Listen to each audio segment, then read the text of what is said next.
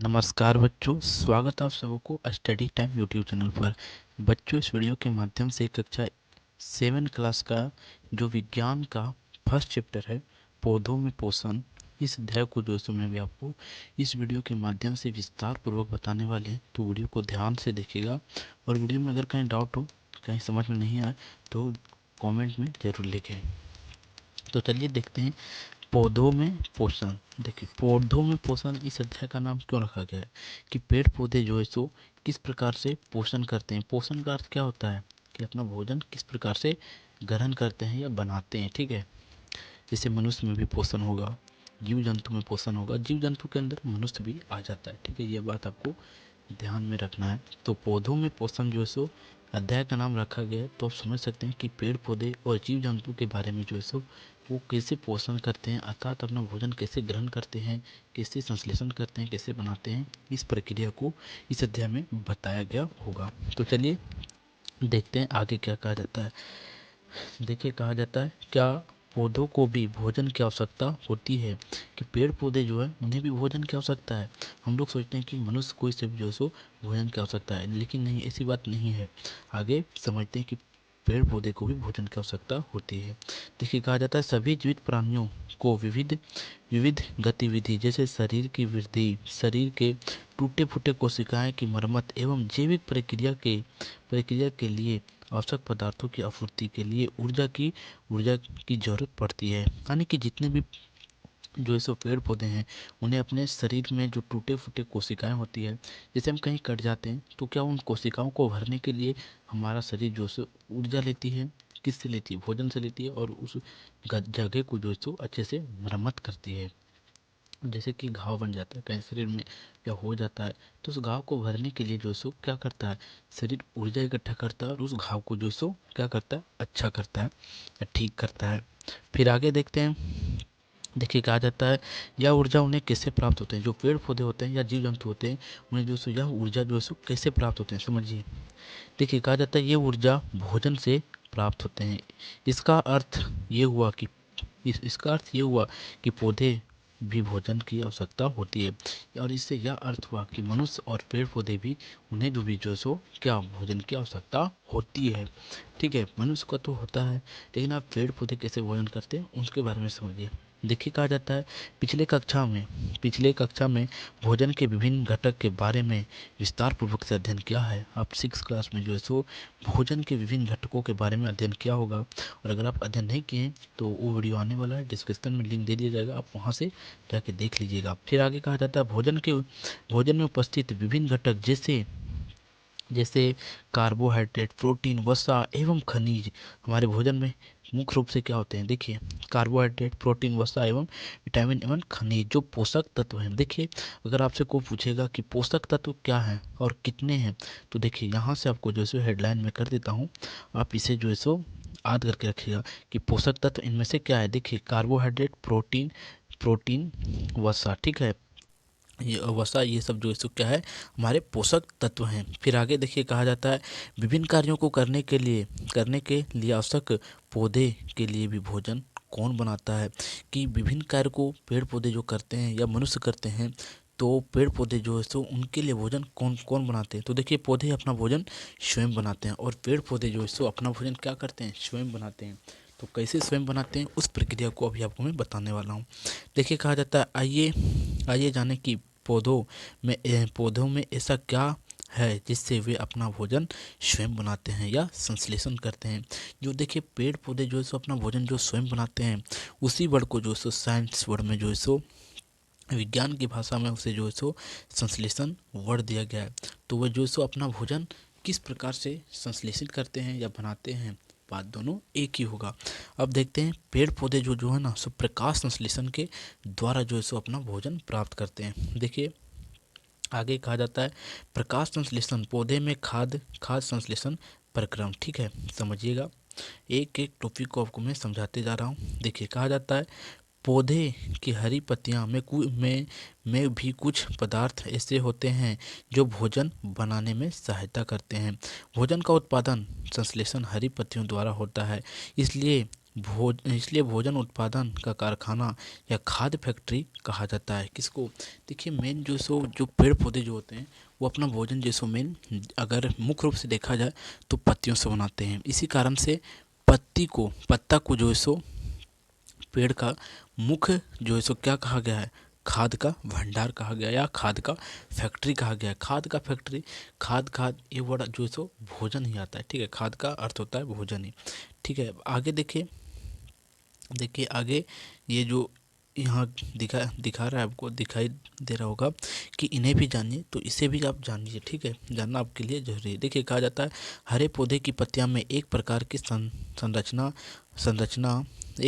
संरचना हरित लवण या क्लोरोप्लास्ट पाई जाती है, और इस क्लोरोप्लास्ट में हरे रंग का वर्णक पाया जाता है जिसे क्लोरोफिल कहते हैं। या सिर्फ पौधे में पाया जाता है। क्या? जो क्लोरोप्लास्ट होते हैं और क्लोरोफिल जो होते हैं ये सिर्फ हरा पत्ता में ही पाया जाता है। ठीक है, ये आपको ध्यान में रखना है, इन्हें जाने इसमें भी। ठीक है, 1 नंबर के प्रश्न में यह क्वेश्चन बन सकता है।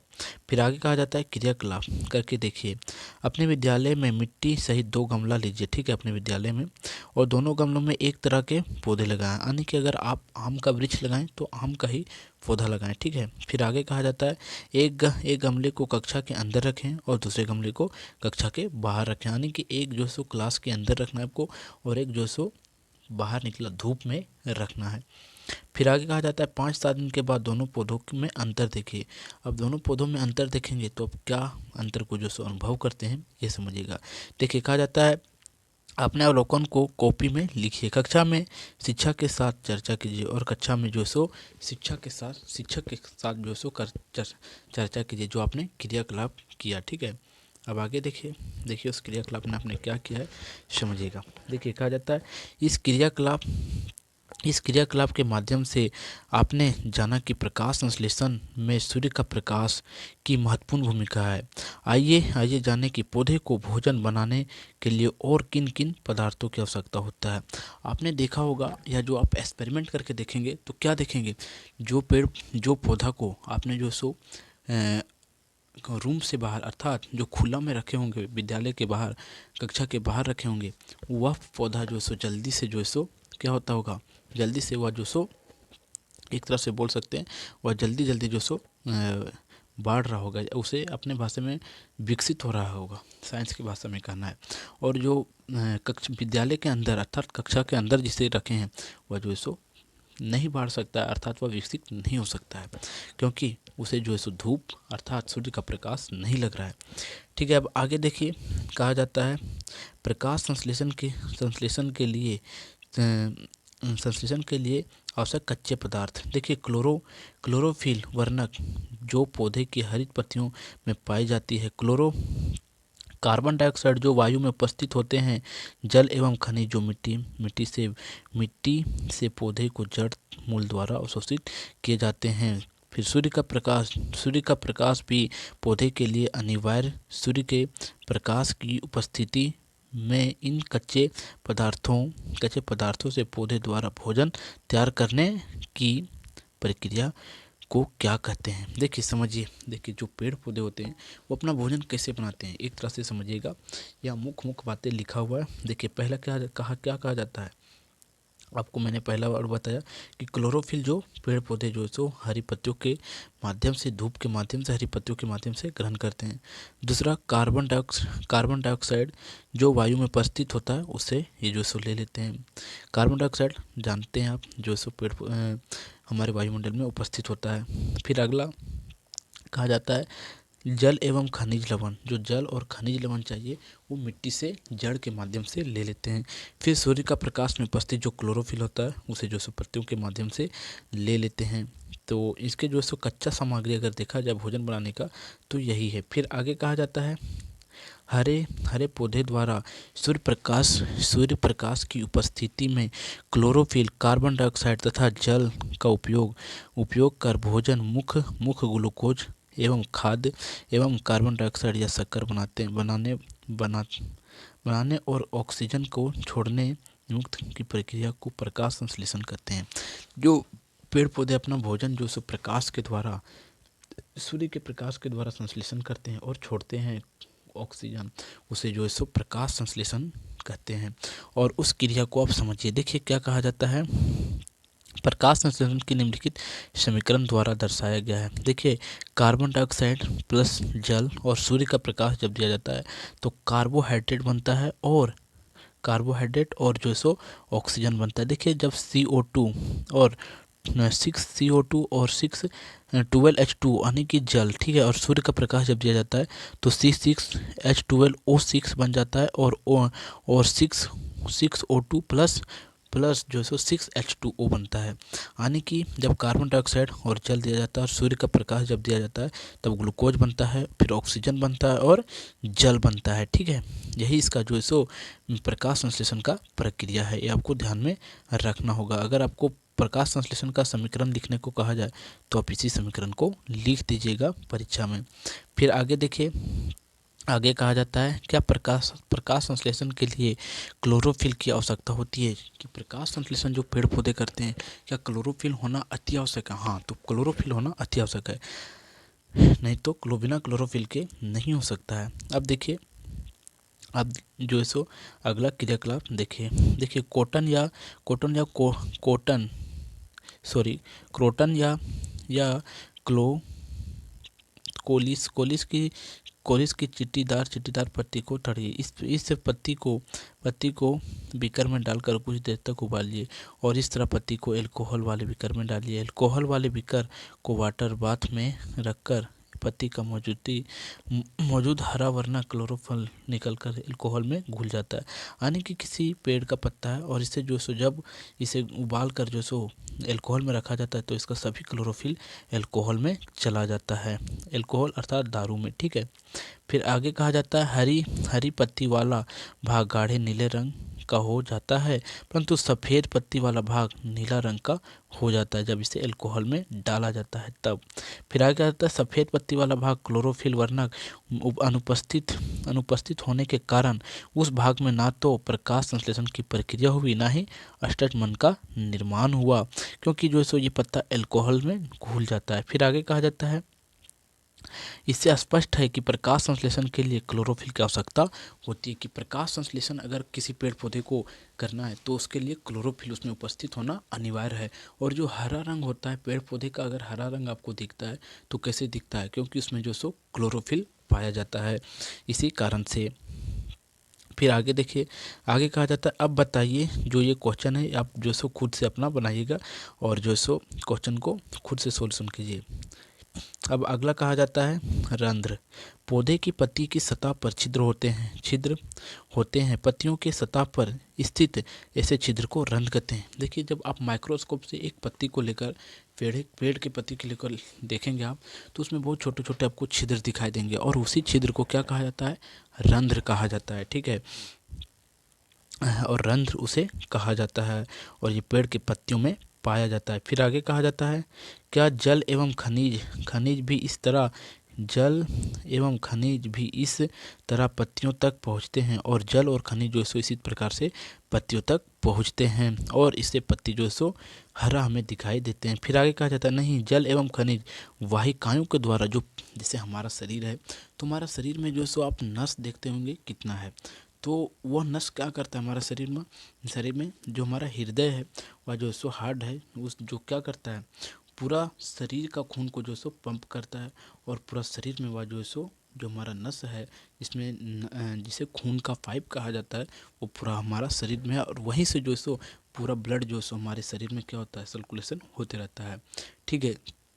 तो उसी प्रकार से पेड़ पौधे में भी जो सो जो जड़ होते हैं तना, उसके माध्यम से जो सो पेड़ पौधे क्या करते हैं, जल के जो मिट्टी से जल जो सो अवशोषित कर क्या करते हैं पूरा पत्ता जो होता है पेड़ के पत्ता वहाँ तक लाते हैं और उससे जो सो क्लोरोफिल पेड़ पौधे फिर जो सो धूप से यानी कि सूर्य के प्रकाश से क्लोरोफिल जो सो लेते हैं और अपना भोजन फिर बनाते हैं, ठीक है। फिर आगे कहा जाता है ये सामान्य होते हैं तथा जड़ और तने सतहों से फैली जाती है। पोषण को पत्ती तक पहुंचने के लिए वाहिकाएं द्वारा मार्ग बनती है। पौधों में पदार्थ की परिवहन के बारे में आप अगले अध्याय में जानेंगे, ठीक है, कि परिवहन क्या होता है। फिर आगे कहा जाता है यदि प्रकाश संश्लेषण नहीं होगा तो क्या होगा, अगर प्रकाश संश्लेषण अगर नहीं होगा तो आप अनुमान लगा सकते हैं होगा क्या। तो देखिए क्या होगा, अगर कि प्रकाश संश्लेषण नहीं होगा तो प्राणियों को खाद्य पदार्थ उपलब्ध नहीं होगा। जो हम देखिए, अगर धान, जैसे कि हम धान की खेती करते हैं तो वो भी, अगर धान का खेती से हमें चावल मिलता है तो कैसे मिलता है, अगर प्रकाश संश्लेषण नहीं होगा तो नहीं मिल पाएगा, क्योंकि पेड़ वो भी पौधा है तो वो भी प्रकाश संश्लेषण करके ही हमें जो है सो मिलता है। जैसे आम का वृक्ष है, आम का पेड़ होता है तो भी प्रकाश संश्लेषण पेड़ पौधे से जो है सो क्या करते हैं, सूर्य के प्रकाश से क्लोरोफिल लेते हैं, फिर जो मिट्टी होते हैं उससे खनिज और जल लेते हैं और उससे जो सो प्रकाश संश्लेषण करके आम बनाते हैं, या जो है सो क्या बोल सकते हैं, वो अपना फल बनाते हैं, अपना भोजन बनाते हैं, और उस भोजन को हम लोग क्या करते हैं, ग्रहण करते हैं। तो अगर प्रकाश संश्लेषण की प्रक्रिया रुक जाए तो जो सो हम पृथ्वी पर नहीं रह पाएंगे, अर्थात जीवन संभव नहीं है। और प्रकाश, आपको पता होगा कि पेड़ पौधे क्या करते हैं, कार्बन डाइऑक्साइड लेते हैं और ऑक्सीजन छोड़ते हैं। और ये भी आपको पता होगा कि मनुष्य क्या करते हैं, ऑक्सीजन लेते हैं और कार्बन डाइऑक्साइड छोड़ते हैं, अर्थात रिवर्स है। पेड़ पौधे का पूरा तरह से रिवर्स अर्थात उल्टा है। तो रिवर्स है, उल्टा है, तो आप समझ सकते हैं कि अगर पेड़ पौधे नहीं होंगे तो क्या होगा, हम लोग भी नहीं होंगे। सीधा आप ये समझ जाइए, ठीक है। तो प्रकाश संश्लेषण अगर नहीं होगा तो प्राणी का भी जो है सो पृथ्वी पर जो है सो अस्तित्व नहीं होगा। फिर आगे देखते हैं, ऐसे स्थिति में पृथ्वी पर पाए जाने वाले समस्त जीव नष्ट हो जाएंगे, क्योंकि सभी जीव का अस्तित्व प्रत्यक्ष या अप्रत्यक्ष रूप से, प्रत्यक्ष या क्या बोलता है, प्रत्यक्ष या परोक्ष रूप से पौधे द्वारा निर्मित भोजन पर ही निर्धारित है। देखिए, आप एक तरह से अर्थ समझिएगा कि कैसे जो है सो प्रत्यक्ष या अप्रत्यक्ष रूप से जो है सो सभी जीव जंतु पेड़ पौधे पर निर्भर है या निर्धारित है, समझिएगा। जैसे देखिए, एक जंगल है, जंगल में एक साइकिल आपको बताते हैं, वहाँ हरिन है और प्रकार के जानवर हैं, ठीक है, और शेर भी है। तो हरिन क्या करता है, अपना जो सो घास फूस या हरे पत्ते खाते हैं। तो हरिन अगर जो सो घास फूस नहीं खाएगा तो क्या होगा, घास फूस अगर नहीं होगा, क्योंकि प्रकाश संश्लेषण के द्वारा ये घास फूस होते हैं, अगर नहीं होगा तो क्या वह हरिन जो है सो घास फूस को खा पाएगा, तो हरिन पहले ही मौत हो जाएगा। तो हरिन का पहले मौत हो गया तो सोचिए आप, शेर जो है सो क्या खाएगा, जैसे कि मतलब जितने शाकाहारी जीव हैं सब मर गए, तो मांसाहारी जानवर भी जो है सो क्या खाएंगे, अब जो सो वो मांस नहीं खा पाएंगे, तो उनका भी जो सो अस्तित्व इस प्रकार से खत्म हो जाएगा, वो बात है ही। और दूसरी बात ये है कि जो सो अगर प्रकाश संश्लेषण नहीं होगा तो हमें ऑक्सीजन नहीं मिल पाएगा, ये सबसे बड़ी बात है, ठीक है। और ऑक्सीजन नहीं मिल पाएगा किसी भी जीव को तो क्या होगा, पृथ्वी से जो है सो जीवों का जो है सो अस्तित्व खत्म हो जाएगा। फिर आगे कहा जाता है, भोजन के अतिरिक्त सभी जीव के लिए परम आवश्यक ऑक्सीजन भी और प्रकाश संश्लेषण के दौरान निर्मित होते हैं। क्या ऑक्सीजन, वह प्रक्रिया वायुमंडल में कार्बन डाइऑक्साइड और ऑक्सीजन के संतुलन को बनाए रखता है। जो हमारे पेड़ पौधे क्या करते हैं, कार्बन डाइऑक्साइड और ऑक्सीजन का जो संतुलन है, बैलेंस है, उसे बनाए रखता है कि कितना परसेंट ऑक्सीजन चाहिए, कितना परसेंट कार्बन डाइऑक्साइड चाहिए, ये पूरा बैलेंस बनाए रखते हैं, ठीक है। फिर आगे कहते हैं, प्रकाश संश्लेषण की अनुपस्थिति में जीव की कल्पना भी असंभव है। अगर प्रकाश संश्लेषण नहीं होगा तो पृथ्वी पर जीव की कल्पना करना भी जो है सो असंभव है। इसलिए सरकार द्वारा समय समय पर वृक्षारोपण अभियान चलाया जाता है। तो आप भी जो है सो एक ना एक वृक्ष जरूर लगाएं, क्योंकि एक वृक्ष लगाएंगे आप तो जो है सो आपको क्या होगा, ऑक्सीजन अधिक मिलेगा। और एक वृक्ष लगाएंगे आप तो जो सो कितने का जी भी बचाएंगे, जान बचाएंगे आप, ठीक है। फिर आगे कहा जाता है, वृक्ष लगाओ जीवन बचाओ, ठीक है, आप इसे पढ़ लीजिएगा। फिर आगे देखिए, अब आगे कहा जाता है, क्या सफ़ेद रंग वाले पत्ते में भी प्रकाश संश्लेषण की प्रक्रिया होती है। हाँ, आप ये नहीं समझिएगा कि कोई पेड़ जो है सो अगर पूरा वाइट है या ब्लू है, किसी के प्रकार का हो, ठीक है, अगर हरा नहीं होगा तो आप सोचते होंगे कि वह प्रकाश संश्लेषण नहीं करता है और उसका पत्ता जो है सो अभी भी वह पेड़ जो है सो क्या सर्वाइव कर रहा है। तो ऐसा बात नहीं है कि पत्ता हरा होना ही जो है सो उसके लिए अनिवार्य है, उसके कुछ लक्षण पर भी जो है सो, कुछ गुण पर भी जो है सो क्या होता है, हरा और जो है सो ब्लू या वाइट होना जो है सो निर्भर करता है। तो सफ़ेद हो, वाइट हो या ब्लैक हो, वह जो है सो क्या होता है, प्रकाश संश्लेषण सभी पेड़ पौधे करते हैं, ठीक है। देखिए, हरी पत्ती के अतिरिक्त पत्ती के अतिरिक्त अन्य अन्य रंग की पत्तियों में भी क्लोरोफिल होता है, परंतु इन पत्तियों में उपस्थित लाल भूरे अथवा अन्य वर्णक क्लोरोफिल के हरे रंग का ढक लेते हैं और इन पत्तियों से भी प्रकाश संश्लेषण होता रहता है। ठीक है, फिर आगे कहा जाता है विभिन्न रंग की पत्तियां। क्या आपने गीली दीवार पर तालाब अथवा ठहरे हुए जल की सतह पर हरे रंग की चिकनी सतह के तंतु के आकार वाले पौधे को देखे हैं? उसे क्या कहते हैं? शैवाल। जो आप देखते होंगे बारिश के समय में दीवार पर कुआं पर जो सो पूरा जो शैवाल जो सो जम जाता है, वह भी जो सो क्लोरोफिल के कारण ही वहाँ उपस्थित हो पाता है, उसे शैवाल कहते हैं। इनमें भी क्लोरोफिल होता है, इसलिए ये प्रकाश संश्लेषण द्वारा अपना भोजन स्वयं बनाते हैं। जिसमें क्लोरोफिल होता है वे प्रकाश संश्लेषण के द्वारा अपना भोजन स्वयं ग्रहण कर लेते हैं। और आप देख सकते हैं ये जो सो क्या है, तालाब में शैवाल। फिर आगे कहा जाता है प्रकाश संश्लेषण की क्रिया में पत्ती कार्बन डाइऑक्साइड कैसे ग्रहण करते हैं? कि प्रकाश संश्लेषण की प्रक्रिया में जो सो पेड़ पौधे जो सो कार्बन डाइऑक्साइड किससे जो सो क्या करते हैं, कैसे ग्रहण करते हैं, वो समझिएगा। फिर आगे कहा जाता है क्या रंग बिरंग पत्तियों में भी प्रकाश संश्लेषण की क्रिया होती है? कि जो रंग बिरंग के पत्ते होते हैं, जैसे हरा रंग के नहीं, सफ़ेद रंग के है, काले रंग के और अनेक प्रकार के रंग है, पीले रंग के, उसमें भी जो सो क्या होता है, प्रकाश संश्लेषण होता है। ठीक है, अब कहा जाता है अब हम कह सकते हैं कि पोषण की वह विधि जिसमें सजीव अपना भोजन स्वयं संश्लेषित करते हैं स्वपोषी कहलाते हैं। अब देखिए यहाँ से कुछ मुख्य बातें जो है सो आने लगे, तो इससे जो है सो मैं हेडलाइन कर देते हैं। देखिए यहाँ से समझिएगा,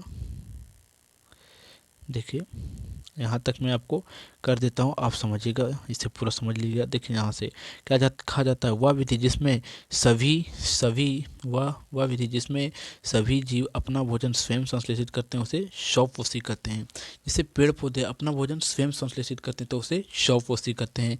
फिर आगे कहा जाता है ऐसे जीव जो इन विधि से अपना भोजन ग्रहण कर लेते हैं उन्हें स्वपोषी कहते हैं, और जो अपना भोजन इस विधि के द्वारा कर लेते हैं उसे स्वपोषी कह देते हैं। पोषण की वह विधि जिसमें प्राणी अपना भोजन स्वयं संश्लेषित नहीं कर सकते हैं उसे अप्रत्यक्ष या अप्रत्यक्ष रूप से हरे पेड़ पौधे अथवा अन्य जंतुओं पर निर्भर होते हैं उसे परपोषण या परजीवी या विषम पोषी कह देते हैं। ठीक है, विषम पोषी भी आप समझ गए। देखिए सीधा अर्थ है वैसे जंतु या वैसे जीव जंतु या वैसे पौधे जो अपना भोजन स्वयं नहीं करते हैं उसे परपोषी या परजीवी कहते हैं, और जो अपना भोजन स्वयं करते हैं उसे जो अपना भोजन स्वयं करते हैं उसे स्वपोषण कहते हैं, और जो अपना भोजन स्वयं नहीं करते हैं उसे विषम पोषी या परपोषी कहते हैं। ठीक है, अब आगे देखते हैं क्या देखिए कहा जाता है क्या पौधे भी विषम पोषी हो सकते हैं? पौधे समान स्वपोषी होते हैं, परंतु कुछ पौधे ऐसे भी हैं जिसमें क्लोरोफिल नहीं पाया जाता है। क्लोरोफिल नहीं पाया जाता है, अपना भोजन स्वयं संश्लेषित नहीं कर सकते हैं। वे अपना भोजन के लिए अन्य पौधे द्वारा बनाए गए भोजन पर निर्भर करते हैं और उसे विषम पोषी कहते हैं। उसे क्या कहते हैं? विषम पोषी कहते हैं। जैसे कि आप देखते होंगे, बताते हैं अभी। देखिए नीचे चित्र में ध्यानपूर्वक देखिए, क्या आपको वृक्ष के तने एवं शाखाओं से लिपटी हुई रस्सी नुमा पीले रंग की रस्सी दिखाई देती होगी? उसे अमरबेल कहते हैं। जो अपना भोजन स्वयं नहीं, ये अपना भोजन उस वृक्ष से प्राप्त करते हैं जिस पर ये आरोहित होते हैं, और इसे परजीवी कहते हैं, क्योंकि और इसे परजीवी विषमपोषी एक प्रकार का है। जैसे कि ये परजीवी क्यों कहा है? क्योंकि ये अपना भोजन स्वयं नहीं ग्रहण करते हैं, ये जो दूसरे के शरीर पर रह के जो सो अपना भोजन ग्रहण करते हैं, जिस दूसरे के शरीर पर रह के भोजन ग्रहण करते हैं उसे परजीवी कहते हैं या विषम पोषी कहते हैं। ठीक है, ये दूसरे के शरीर पर रह के जो सो अपना भोजन ग्रहण कर रहे हैं। ठीक है, और देखिए अगर आपको परजीवी का जो सो क्या उदाहरण पूछा जाए तो अमरबेल बोलिएगा। जू, जैसे कि हमारे माथे में जो जू होता है वो हमसे भोजन ग्रहण करते हैं, अगर हमारे माथा से उसे हटा दें तो उसका मृत्यु हो जाए। ठीक है, इस प्रकार से समझिए। अगर प्रत्यक्ष या अप्रत्यक्ष रूप से देखा जाए तो सब एक प्रकार से जो सो परजीवी परपोषी होते हैं। ठीक है, आगे देखते हैं क्या विषमपोषी या परजीवी। विषमपोषी पौधे पौधे पौधे में पोषण की विभिन्न विधियां हैं। विषमपोषी पौधे में पोषण की कई विधियां होते हैं, जैसे परजीवी पोषण की वह विधि जिसमें प्राणी अपना भोजन अन्य जीवित प्राणियों के शरीर से प्राप्त करते हैं, परजीवी पोषण कहते हैं। इस प्रकार से भोजन प्राप्त करने वाले जीव को परजीवी कहते हैं। जो वो अपना भोजन स्वयं ग्रहण नहीं करते हैं उसे परजीवी पोषण कहते हैं। परजीवी जिसे समझिए, परजीवी जिसे जीव से अपना भोजन प्राप्त करते हैं उसे उसे उसे पोषी कहते हैं, परपोषी कहते हैं। पौधे में इसका उदाहरण अमरबेल। देखिए पौधे में जो सो क्या क्या इसका उदाहरण है जो परजीवी हैं। इसका उदाहरण अमरबेल का तना और मिसलटरो जिसका आकाश बेली भी कहते हैं, इसे आकाश बेली भी कहते हैं, या रेफेलिया जो जड़ परजीवी है। अब आगे देखते हैं देखिए इनका आप जो सो देख सकते हैं किस प्रकार चित्र है। फिर आगे कहा जाता है मृतजीवी पोषण की वह विधि जिसमें प्राणी अपना भोजन मृत एवं विघटित जैविक पदार्थों से प्राप्त करते हैं, मृतजीवी पोषण कहलाते हैं। वैसे जीव जो अपना भोजन जो सो मृत जीव पर जो सो मृत जीव से अपना पोषण करते हैं उसे जो है सो क्या करते हैं, मृतजीवी पोषण करते हैं। और मृतजीवी पोषण प्राणियों का उपयोग करने वाले मृतजीवी कहलाते हैं, जैसे कि फफूंद हमारे शरीर पर उगते हैं, कुकुरमुत्ता, फिर मशरूम जो है सो वह भी जो है सो मृतजीवी पोषण का उदाहरण है, जो कवक के प्रकार के मृतजीवी पोषण के उदाहरण है। फिर आगे कहा जाता है ये फफूंद क्या होते हैं। देखिए ये फफूंद क्या होते हैं, आइए निम्नलिखित क्रियाकलाप द्वारा फफूंद के विषय में जानें। देखिए क्रियाकलाप देखिए किया गया है। देखिए कहा जाता है ब्रेड पारोटी का एक टुकड़ा लेकर उस पर पानी की कुछ बूंदें डालिए, किसी नम एवं उष्ण स्थान पर उस टुकड़े को रख दीजिए थोड़ा गर्म में, और 2-3 दिन के लिए छोड़ दीजिए। 2-3 दिनों के बाद ब्रेड की सतह पर सफ़ेद, हरे रंग, भूरे रंग के धब्बे दिखाई देते हैं, और इन धब्बों को एक आवर्धक लेंस या सूक्ष्मदर्शी की सहायता से देखिए तो आपको क्या दिखाई देगा। आपको उसमें जो है सो काले धब्बे की सहायता से देखिए आपको क्या दिखाई देता है। आपको रुई के धागों के समान संरचना दिखाई देता है, ये संरचना फफूंद है और वही जो सो फफूंद बन जाता है। फिर आगे कहा जाता है फफूंद अचार, चमड़ा, कपड़े, अनाज आदि अन्य पदार्थ पर भी उगते हैं। ये नम एवं उष्ण वस्तु पर भी उगते हैं। वसा ऋतु के दौरान अनेक वस्तु कवक की वृद्धि के कारण नष्ट हो कर अनुपयोगी हो जाते हैं। अर्थात जो सो ये जो सो क्या होते हैं, किसी भी जो सो भींगे हुए स्थान पर जो सो या जो सो अपना जो सो वहाँ उग जाते हैं, वहाँ फफूंद बना देते हैं। फिर आगे बोला जाता है सामान्य कवक के जीवाणु वायु में उपस्थित होते हैं। सामान्य कवक के जो जीवाणु होते हैं वो अपना जो सो वायु में उपस्थित होते हैं।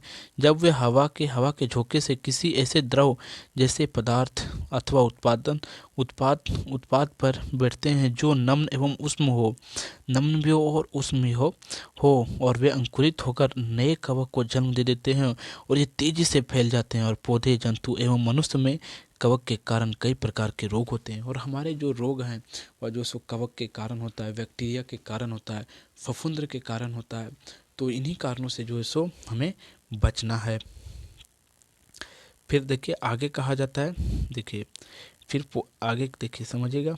फिर आगे कहा जाता है पोषण की विधि सबसे अलग है। ऐसे